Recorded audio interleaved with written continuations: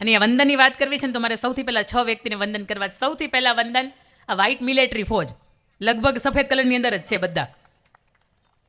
દેશની સુરક્ષા, જે સરહદ હોય ને એની રક્ષા માટે એક ફોજ હોય કે જે આર્મીના ગણવેશની અંદર હોય અને આપણી રક્ષા કરતી હોય. પણ આ સમાજની એક બાઉન્ડ્રી હોય ને એની અંદર પણ એક આર્મીની ફોજ હોય, જે આપણા વડવાઓની ફોજ છે, જે હંમેશા આપણી રક્ષા કરે છે. એ બા પણ બેઠા છે અહીંયા અને દાદા પણ બેઠા છે. એણે આપણને શીખવાડ્યું છે આપણી કુળદેવી કોણ છે, આપણા નિવેદ કેટલા થાય, પરંપરા કોને કહેવાય, હુરાપુરા કોને કહેવાય. બાકી આપણે પરણીને આવ્યા ત્યારે આપણે હાવ ચોરના માથાની જેમ ઊભા હતા, આપણને કાંઈ ખબર નહોતી પડતી. પણ આ બધા જ સંસ્કારો જો કોઈ આપ્યા હોય ને તો આપણા વડવાઓએ આપ્યા છે. આ સંસ્કારો અને પરંપરાનું ભાથું જેમની પાસેથી મળ્યું છે, સૌથી પહેલાં વંદન એમને થાય. એમના પછીના બીજા વંદન એ દરેક પિતાશ્રી માટે કે જેને ખબર પડી કે હવે હું પહેલાં એક હતો, એમાંથી લગ્ન થયા એટલે 2 થયો, એમાંથી 1-2 સંતાનો થયા એટલે 3-4 થયા. મા બાપની જવાબદારીઓ આવી.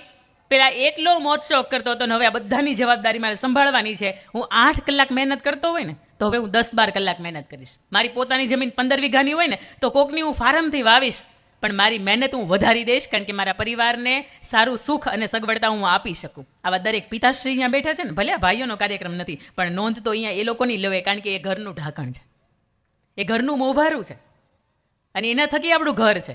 એનો હાથ પકડીને આપણે ફેરા ફર્યા છીએ, એનો હાથ પકડીને આપણે આ સમાજની અંદર, આ ઘર વ્યવસ્થાની અંદર બંધાણ્યા છીએ. એમને પણ મારા વંદન. ત્રીજા વંદન એ દરેક માતૃશ્રીને કે સવારમાં 4 કે 5 વાગે ભેંસને ગાય દોવાનું સૌથી પહેલું કામ શરૂ થાય ત્યારથી લઈને સાંજે દૂધનું તપેલું તમે ગરમ કરો ને એમાંથી દૂધ મેળવી દો ત્યાં સુધીનું તમારું સમગ્ર જીવન, તમારા દિવસની 24 કલાકમાંથી મહત્તમ સમય તમે તમારા પરિવારને આપો છો, બાળકોને આપો છો. ટિફિન બનાવવામાં, ઘરના કચરા પોતા કરવામાં. દિવાળી આવે ને તો મને એમ થાય કે તમારા મોઢાની સફાઈ રહી જાય, પણ ઘરની સફાઈ ખૂણે ખૂણાની થવી જોઈએ. આ માનસિકતાની સાથે તમે જીવો છો, કારણ કે તમારા ચહેરાની જે નિર્દોષતા છે ને અહીંથી દેખાય છે. શહેરની અંદર હશે બનાવટી ચહેરા, પણ માથે ઓઢેલું હોય ને એટલે સમજી શકાય કે આ ચહેરા કેટલા નિર્દોષ છે. આપ માતૃશ્રીને પણ વંદન. એના પછીના વંદન આજના સમાજની અંદર આપણા ઘરના આંગણે ઉછરી રહેલા આપણા દીકરાને દીકરીઓ કે જે 12 વર્ષની ઉંમર વટાવી ગયા છે અને 22-25 પહોંચ્યા છે, જેમણે દરેક કામ એવા કર્યા છે કે જેની ઉપર આ શાળાનું પરિસર, જેનાથી આપણો સમાજ, જેનાથી આપણું કુટુંબ અને જેનાથી આખું રાષ્ટ્ર ગર્વ લઈ શકે. જેણે એક પણ કામ એવા નથી કર્યા કે મા બાપનું માથું નીચું થાય. આવા દીકરાઓ અને દીકરીઓ તમારે મારે આંગણે જે છે ને એમને પણ મારા વંદન. અને એના પછીના વંદન દાતાશ્રીઓને. લક્ષ્મી નથી ને ત્યાં કાંઈ નથી. લક્ષ્મી છે ને સરસ્વતીની બેનપણી છે. એમ કહેવાય કે કોઈ પણ સત્કાર્યની શરૂઆત કરવી હોય તો લક્ષ્મી જોઈએ. અને આ દાતાશ્રીઓએ મન મૂકીને પોતાના જે પરસેવાની મહેનત છે ને એમને આપણા માટે આજે અહીંયા આપી છે. કોઈ ભોજનના દાતા હશે કે કોઈ આપણા બાળકો ભણી રહ્યા છે એ સંકુલ પરિસરના દાતા હશે. એ દરેક દાતાશ્રીઓ છે ને એમને હું વધાવું છું. અને દાતાશ્રીઓની વાત થાય છે ને ત્યારે સાહેબ મારે તમને હરિભાઈ મારે 2 વાત કરવી છે અહીંયા કે દાતાશ્રીઓ છે ને 2 રીતના હોય. એક દાતાશ્રી એવો એક નામ લખાવીને ભાગી જાય કે આ તો તામાં બધા લખાવતા હતા, મારે લખાવાઈ ગયું છે, હવે કંઈ આપણી પાસે ઠંઠન ગોપાલ કાંઈ છે નહીં. અને બીજા દાતાશ્રી એવા છે કે એને ખબર પડે કે મારો સમાજ છે અથવા તો કોઈ અન્ય જરૂરિયાતમંદ વ્યક્તિ છે કે જેને ખરા અર્થની અંદર જરૂરિયાત છે, કે ખરા અર્થની અંદર મારી લક્ષ્મી કદાચ ત્યાં જશે ને તો 1 રૂપિયાનો 1.25 રૂપિયા થઈને વપરાશે.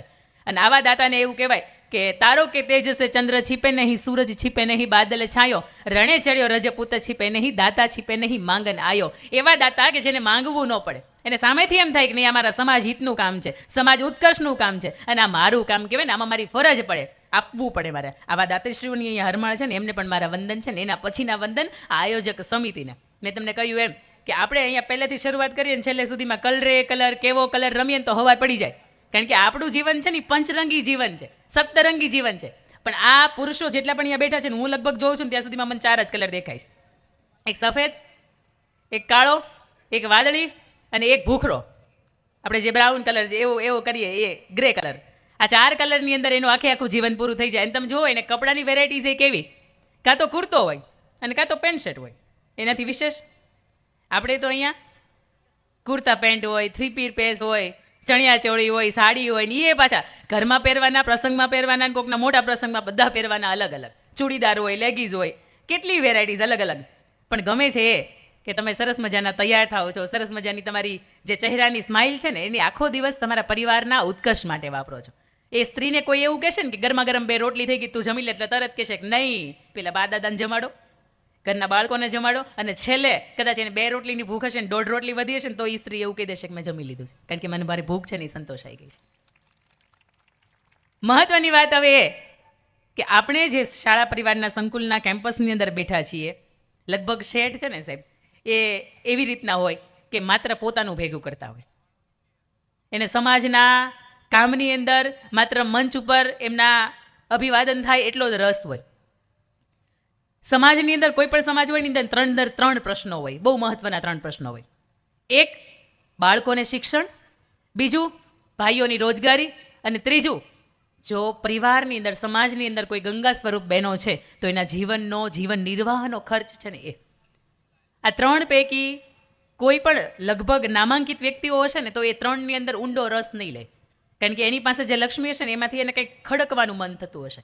પણ આપણે બહુ ભાગ્યશાળી છીએ કે જ્ઞાનસભર એવા આપણને હરિભાઈ મળ્યા છે. કારણ કે કોઈ પણ સમાજનો કોઈ પણ એક વ્યક્તિ ઊંચો થાય ને તો એ લગભગ સમાજની સેવા કરતો હોય. પણ હરિભાઈને આજ મળ્યા પછી એટલું ચોક્કસ કહી શકાય કે એ માત્ર એક ચૌધરી સમાજના જ નહીં પણ એ સર્વે સમાજના જ છે. અને પાછળ અમારા અમિતભાઈ એવી રીતે તૈયાર થાય છે. લોકલાડીલાનું બિરુદ ત્યારે જ મળે, બાકી નેતા બોલતા હોય ને તો આપણને એમ થાય કે આપણે ઘર ભેગા થઈ જાય. પણ સમાજ હિતની સમાજ ઉત્કર્ષની સાથે જ્યારે દાતાશ્રીઓને જોડાયેલા હોય ને ત્યારે વધારે આનંદની વાત એવું હોય ને પાછો એ સમય પોતાનો કાઢીને આપણી વચ્ચે ઉપસ્થિત રહ્યા છે. માત્ર મારા બહેનો માટેનો કાર્યક્રમ છે ને હાજરી આપીને જતું રહેવું એવું નહીં. બીજી વાત મારે તમને એ કરવી છે કે અહીંયા દીકરીઓએ સરસ મજાની વાત કરી, અહીંયા જે એન્કર બહેનો બેઠા છે એણે પણ જ્યારે દીકરીનું ભાષણ પૂરું થાય ને ત્યારે એ પણ 2-4 મુદ્દાઓ તમને મને આપતા જાય. પણ આજનો આ મહિલા મોટિવેશનલ સેમિનાર શા માટે? લગભગ દર વર્ષે થતા હોય, ગયા વર્ષે તમે નેહલબેનને સાંભળ્યા છે, મારા સારા મિત્ર છે. પણ આજનો કાર્યક્રમ શા માટે, એના મુદ્દાઓ મારે બાંધવા છે. તમે કોઈ પણ મૂવી રિલીઝ થવાનું હોય ને એનું પહેલાં તમે ટ્રેલર જુઓ, 1.5-2-3 મિનિટનું આવે એટલે તમને ખબર પડે કે આ મૂવીમાં આવું આવશે, આપણા કામનું છે કે નહીં. આજના આ કાર્યક્રમની અંદર મારે કઈ કઈ બાબત વણવાની છે ને, સૌથી પહેલાં મારે મહત્વની આ વાતો તમારી સાથે કરવી છે. સૌથી પહેલી વાત, અહીંયા દીકરીએ પણ કદાચ એ વાત કરી દીધી કે શ્રદ્ધા તમારી અંદર ભરપૂર છે એને વંદન છે, પણ અંધશ્રદ્ધા જેટલી તમારામાં છે ને એને ખરેખર અભિનંદન ડબલ છે. કારણ કે તમને ખબર છે ને કે આપણે લાલ કલરનો દોરો બાંધીએ તો આપણે તાવ નહીં જ આવે, હે ને? કયો? હા મને ખબર છે. તમને ભેંસને તાવ આવ્યો હોય ને તો મને એમ થાય ભેંસના ડૉક્ટરને ન બોલાવે, બીજા ક્યાંક કોઈક દોરા ધાગા કરતા, કોઈક ધૂપ ધુવાડા કરતા હોય ને તેને બોલાવે. જો ધૂપ ધુવાડાથી સાહેબ મટી જતા હોય ને તો આ વિજ્ઞાન, આ સાયન્સ, આ જે આ ડૉક્ટરો છે ને આટલી બધી પ્રસિદ્ધિ આગળ આટલી બધી ન એને સ્થાપના કરી. મારાથી ચોક્કસ કોઈ પણ માતાજી હોય, કોઈ પણ દેવ હોય, કોઈ પણ ડેરી હશે એનો પરચો, મારી ના નથી. પણ ઈશ્વરની અંદર શ્રદ્ધા રાખવી ને એક મુખ્ય વિષય આપણો આયા છે. કારણ કે લાલ દોરા બાંધવાથી નથી જરૂર, બેટા લઈ જાઓ પાછી. આ લાલ કે લીલો કે કાળો કે પીળો દોરો બાંધવાથી જો તમારા દીકરાની સગાઈ થઈ જતી હોય સાહેબ તો બધાય આ રસ્તે જ ન હાલે. અમુક જગ્યાએ તમારા સ્વભાવ નડતા હોય, અમુક જગ્યાએ તમારા વધારે પડતા પ્રભાવે નડતા હોય. તમને એમ થાય કે આપણે સરસ મજાના, મેં તો કેટલા એવા પરિવાર જોયા છે જેની પાસે કરોડોની સંપત્તિ છે. તમે માંગો ચિંતન તરત એમ કે દીકરો બહુ સારો, ઘરે બહુ સારો, નામનાય બહુ સારી કુટુંબમાં, પણ જેની યાર આખો દી રહેવાનું છે એટલે હાહુબા એના સ્વભાવમાં કાંઈ નથી. એટલે તરત દીકરીને બાપ એમ ના પાડે કે ના રે ના, મારી પૈસાને શું કરવો. એટલે તમને એમ થતું હોય કે પૈસા હોય એના તે છોકરાઓ પવણતા હોય, આવી નથી. જ્યાં કાંઈ નથી તેમ છતાં એવું કહે છે ઘર બહુ હજુ છે ને દીકરી દીધા જેવી છે. મીરાબાઈની શ્રદ્ધા હતી કે હું ઝેરનો કટોરો પીવું છું ને મારો ઈશ્વર આવશે, એ શ્રદ્ધા કહેવાય. આ તો ત્યારે વિચાર આવ્યો કે નહીં, ખબર નહીં હવે આખી જિંદગી તો એ કૃષ્ણ આવ્યા નથી, અત્યારે હું જેવું પીવું છે ને વળી મરી ગઈ હોય તો. આપણે કડવો લીમડો પીએ છીએ ને ત્યારે શ્રદ્ધાથી પીએ છીએ કે આપણને તાવ નહીં આવે, આને શ્રદ્ધા કહેવાય. પણ તમને એમ થાય કે હું 15 વખત ત્યાં આંટો મારવા જઈશ કે 15 વખત પગપાળા ચાલીને જઈશ, આ તમારી શ્રદ્ધા છે. પણ ઈશ્વરને આપવું કે નહીં એના હાથની વાત છે. તમને એમ થાય કે મારી ઘરે દીકરાની વહુ છે ને એને 2 દીકરીઓ છે અથવા તો 3 દીકરીઓ છે, એને દીકરો નથી, તો હું ગોળ નહીં ખાઉં જ્યાં સુધી દીકરો એના જન્મ ન થાય. આને શ્રદ્ધા કહેવાય. પણ દીકરાની પરિવારની અંદર, એ કુળની અંદર, એ માની કુખની અંદર આપવો કે નહીં, ના ઈશ્વરના હાથની વાત છે, એ મારબુદાની વાત છે. એટલે અંધશ્રદ્ધાથી થોડાક પાછા વળીએ. ઈશ્વરને ખાલી એટલું કહીએ કે તારે જે કરવું હોય ને કર, તારે જેવો સમય આપવો હોય ને એવો આપ, હું તૈયાર છું. કારણ કે મને મારા વડવાઓએ એટલા સંસ્કાર આપ્યા છે કે સમય ને પરિસ્થિતિ કોઈ પણ આવે મારે હારવાનું નથી, મારે થાકવાનું નથી, બસ મારે લડવાનું છે અને મારે મારું શ્રેષ્ઠ આપવાનું છે. અર્જુનને આ શ્રદ્ધા હતી ને એટલા માટે કૃષ્ણએ આખું યુદ્ધ જીતાવ્યું. બાકી 5 પાંડવોમાં એટલી બધી તાકાત નહોતી કે જીતાવી શકે. તમારી અંદર શ્રદ્ધા હોય ને ત્યારે તમને કોઈ સારો માર્ગદર્શક મળે, અને તમારામાં શ્રદ્ધા હોય ને ત્યારે તમને કોઈ કંઈક કહેતું હોય ને તો તમને સાચું લાગે. તમે કોઈ પણ રસ્તામાં પૂછો ને તમને એમ કહો કે બેના બસ અમદાવાદ જાય, સામેવાળાએ અધરો અધર કદાચ જવાબ આપી દીધો હોય ને તો તમને શ્રદ્ધા હોય એટલે તમને એમ લાગે કે ના ના એ માણસ સાચું જ બોલે. પણ આપને એક મર્યાદા બહારનો જે સમાજ કહેતું હોય ને કદાચ ઘણી વખત એ આપણને સાચું લાગે છે, પણ આપણે આપણો અંગત સમાજ કે આપણું ઘર કહેતું હોય ને એ આપણને ખોટું લાગે છે. તકલીફ ત્યાં થાય છે. વાત નંબર 2, દીકરી અહીંયા વાત કરી કે જેટલા પણ